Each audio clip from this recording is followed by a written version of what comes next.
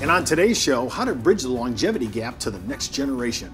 Part 5 of this week's series on selecting the right long-term care coverage with long-term care expert, Maria Sarchi. Hi everyone, I'm Steve Savant, syndicated financial columnist and contributing author and a backroom technician in INSMA. Let's get down to business. Well, we're on our final day and we're building a bridge apparently, right? We are. This is the most important factor. Well, why is this so important? Because I just want to take care of my generation. Now I got to take care of somebody else's generation. Well, it's twofold. One, we're going to talk a lot about how to bridge the gap in the conversation to get to a long-term care discussion with clients. But number two, we're going to talk about how long-term care bridges the gap to the next generation, the client's heirs. Oftentimes we know that children do not stay in touch with their parents' financial advisor. And think about the occurrence of when there's a care event and Sally, the daughter, is calling John, the advisor, to say, Mom's had a fall, she needs some long-term care, what have you planned? What kind of an answer do you think John wants to give? We didn't talk about it, or we have everything under control? He probably didn't talk about it. He might have exposed himself to litigation now because he didn't talk about it, or if he spoke about it, he said it just enough to cover his litigation exposure. Yeah. And so think about it from Sally, the daughter's perspective. How much further will she keep that conversation going when she hears that nothing was done? She's going to be very unhappy. And remember the statistics that 73% of baby boomer daughters are taking care of their mothers. Dad's gone. Most of the World War II veterans and Korean veterans are gone. And they summarily fire their advisor because they didn't attend to mom's needs. One of those key needs, long-term care. Yeah. Well, let's talk about some of the reasons here. I'm looking at this. We're trying to get us. We're trying to talk about two generations now because the caregiver is the beneficiary is more likely the caregiver. True. All right. So here's some of the objectives that we want to include in this conversation. Right. So give me this first one. This one talks about when you're seeking supportive partnership. You're trying to get the two generations to come together. True. I'm looking at this. The first one says there's just not enough time. Yeah, these are often the things that we hear the advisors say, Steve, about why they're not incorporating care planning into their client discussions. Not enough time, too complicated. I don't understand enough about it. I'm not so certain that I can help my client with it. And since we know this is consumer driven, if the advisor's not helping their client with it, they're either doing the research on their own, Googling long-term care, hitting on some of these websites that can lead them to a long-term care specialist. And this is about bridging the gap. So we've got to help the advisor get beyond it. You're talking about bridging the gap between the policy insured and his beneficiary, his or her beneficiaries. Well, let's bridge the gap back to the advisor. Let's say let's say all those things are true. He doesn't have enough time. He's not comfortable with the conversation. It is too complicated. Then why would you not partner and outsource this to a quality LTC expert? Yeah. I wouldn't think twice. If I had a big case, I would think twice about bringing you on. Yeah, the only thing I can say is that if I were in their shoes, I would want to know that I was working with somebody who understood the marketplace, who was not going to talk to the client, but with the client, because this is all conversational. There need to be some questions answered early on so that we even know how to begin this long-term care process.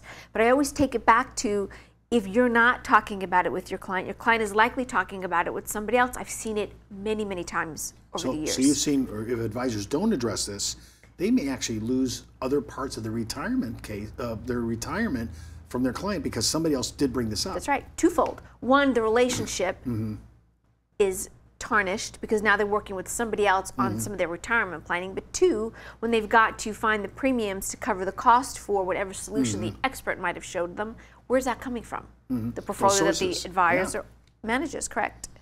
Well, I want to identify, the kind of clients that really are going to be two generations that I'm going to be speaking to. This discussion is going to happen with the potential policy insured and his or her beneficiaries. Yes. All right. Now, knowing that that's true, I'm looking at. I noticed some of your ID. I love when you do this stuff, Maria. If you ever get to go, they're doing a road show.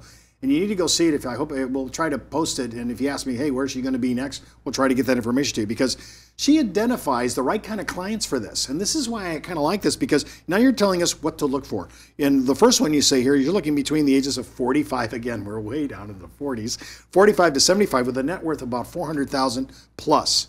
Talk a little bit about why you're identifying that kind of a client. Well, we want to help advisors get onto a track.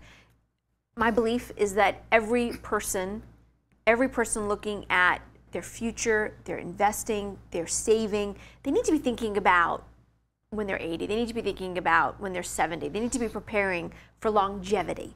And long-term care is a part of that. But oftentimes advisors will say to me, which of my clients do I talk to about this? So we try to put an age segment around it, starting at age 45.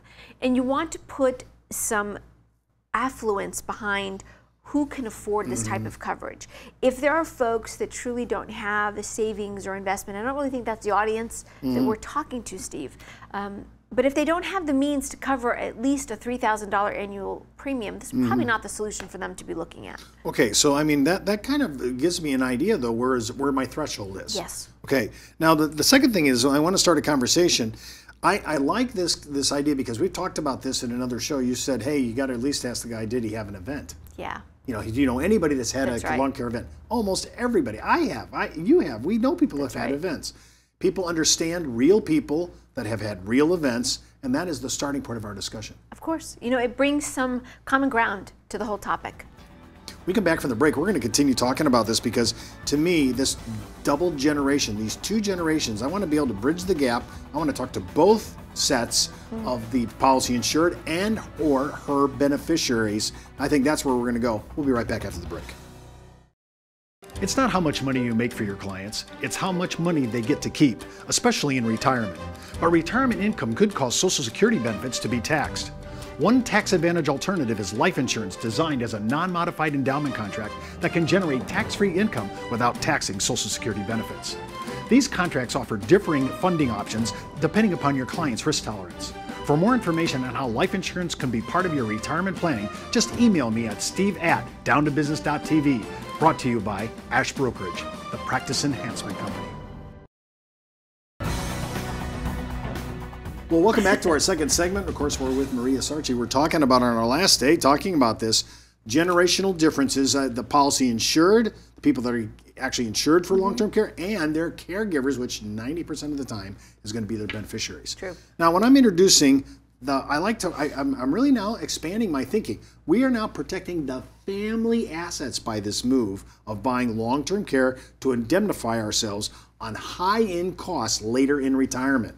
If I'm a child, that's my inheritance. Yeah. Why am I not talking about both generations? It's important to bring in the second generation to this. It's important that the insured's children know how they've planned for long-term care. You heard me say in one of the earlier shows, Steve, that I would go so far as to recommend that you, the advisor, obtain in writing from the client whether or not you've discussed care planning and whether or not the client took you up on the recommendations that you made. Because when the event happens, it's not going to be your client that will come calling, it'll probably be their spouse or one of their children. And so to have something documented to say, this is what I reviewed with mom or dad, this is what they chose to do, it certainly puts you, the advisor, on a different playing field with that next generation. I'm looking at this stat you shot me. I find it an unbelievable number. It says for every year for the next 50 years, 1 trillion will pass from one generation to the next. That is a huge number. I mean, our debt's like, what, 18 trillion? This is 1 trillion just for that exchange from one generation to the next. That's right. And so think about the impact of what that means. Does that have any effect whatsoever on someone's need for long-term care? It has everything to do with protecting that money and showing how you can leverage some of those dollars so that not only are mom and dad protected, but the inheritance is protected for the next generation. Yeah, I mean, you just said something that is kind of inquisitive. We've never really framed long-term care as an estate protection device, as a generational transfer device. Because when you think about it, if mom and dad go in there and they do spend, let's say they have $1 million, and let's say they go to the traditional nursing home, and they first started out as assisted living, and it migrated to nursing home. And let's say they blew through $500,000. My beneficiaries are probably going to say, hey, I lost $500,000. I love my mom and dad, but they spent a lot of money. Yeah, but you could have spent $4,500 a year. That's right. So I think some people are saying when bringing these people in, we're talking about estate preservation. We're talking about transfer of wealth to the next generation. And how many times do you see? I'm just curious. How many times do you see where the beneficiaries pick up the tab? Well, we know from studies that it happens all the time. And we know the amount of money that's coming out of the caregiver's pocket is growing year by year. because we know that less than 10% of people actually have this type of private insurance. But if we know that there is a 70% probability of needing care, we'll do the math. Well, let me just go back. You just said 10%. If that stat is a real stat, and 70% of the seniors are already tapping in some form of long-term care, I mean, if I'm the beneficiary, I'm watching the erosion of my inheritance because of my parents' medical needs, which I could have covered off for pennies on the dollar. That's where the advisor is so important to this process. It's about educating. Well, I'm into educating, and I'm a math guy. And so now that we're talking, we kind of entered in, we want to take care of mom and dad. That's the fuzziness of what we're talking about when we talk about long-term care. We want dignity, we want grace.